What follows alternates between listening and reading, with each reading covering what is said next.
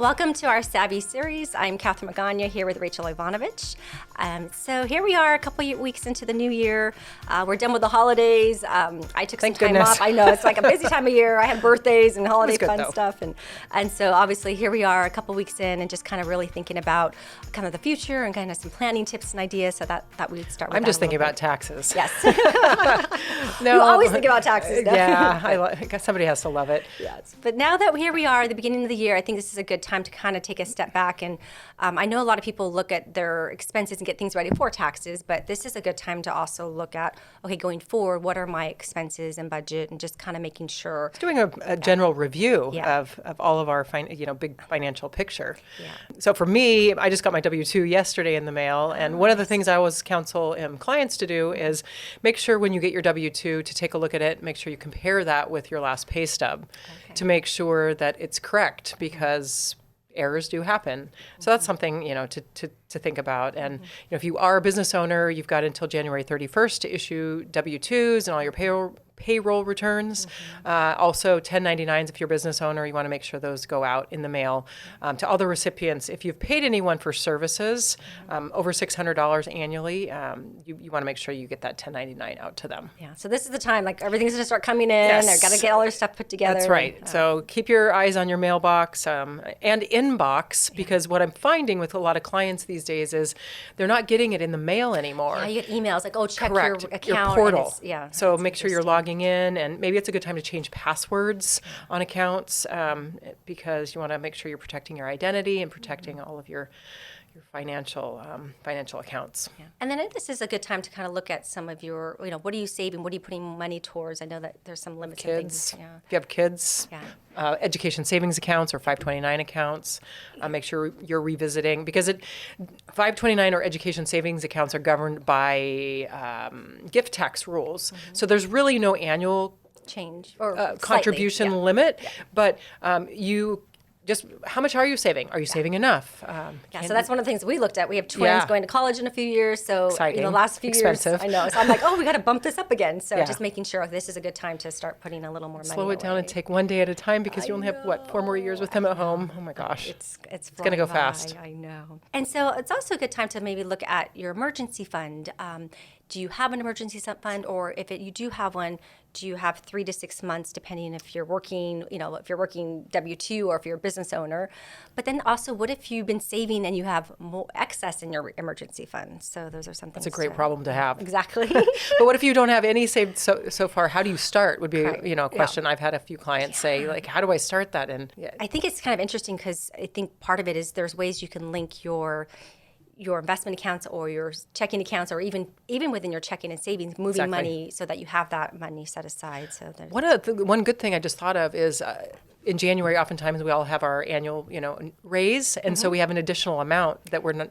And so instead of spending that, maybe think about allocating that to an emergency fund, and once you have your emergency fund in place, then really think about putting that into another account until you can actually invest it. True. And then now that we're at the beginning of the year, just another thing to consider, look at is your asset allocation. So last year, if you were in stocks, the stocks went up a lot. So you might be a chance to kind of revisit how are your investments allocated. So that's never hurts to revisit that, but just making sure that your mix of investments is appropriate, and if there's any changes that need to be made.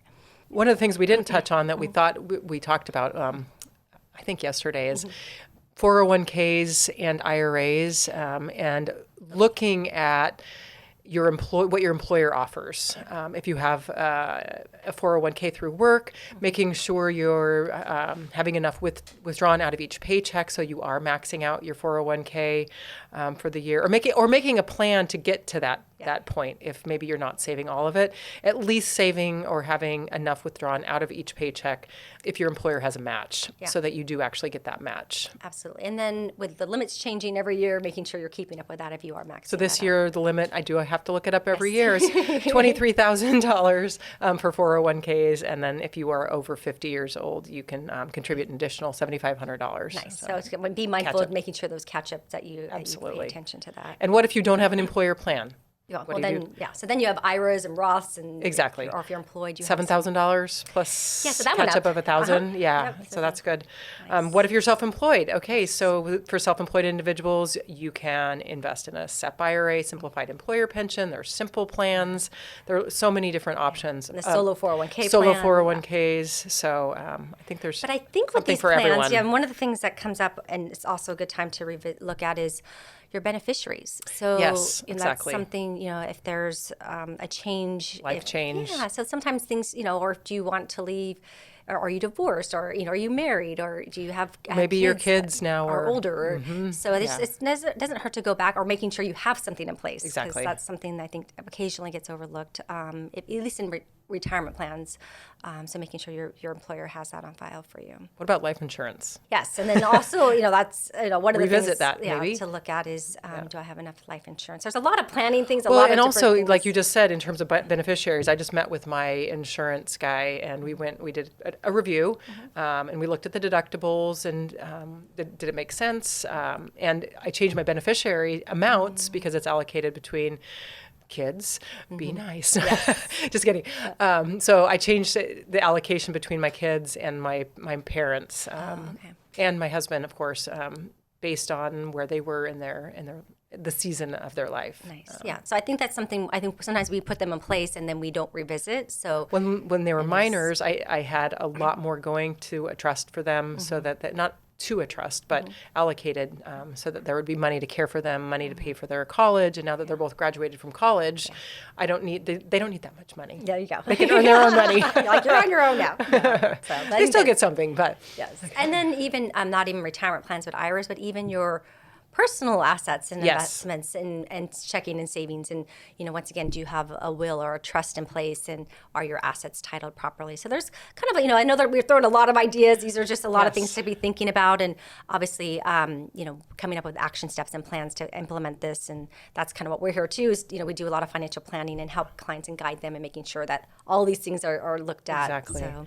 Well, and we start January, really excited. Yes. We got our goals, and then all of a sudden it's the 11th of January already, and the goals are kind of fading to the background. And I'm like, okay, but it's really good to revisit all these financial these topics. well, it's interesting you say that, because I think last series we talked about our word, and my word for the year is focus. Did you finish the book yet? And so I haven't finished, but I'm still reading. Every night I'm Okay. reading a little bit. bit. And so it was interesting because in the morning sometimes I'll listen to certain topics or things just to kind of keep me up to speed on kind of marketing or just communication. And well, this morning for some reason I was listening, and then I turned it off. And then I put the radio on, and I was like, oh, okay, this is fun. Then I realized, no, I have to focus. Put it back on. So I put it back on.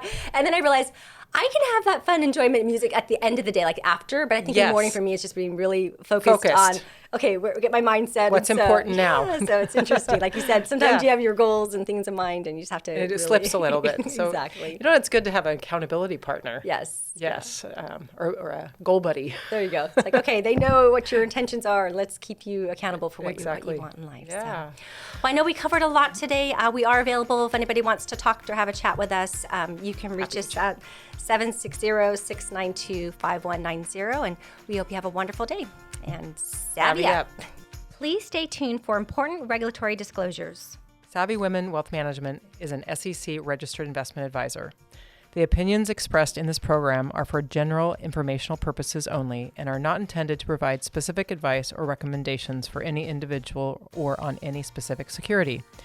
It is only intended to provide education about the financial industry and how we may be able to assist. To determine which investments may be appropriate for you, consult your financial advisor prior to investing.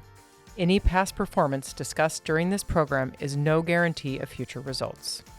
As always, please remember investing involves risk and possible loss of principal capital.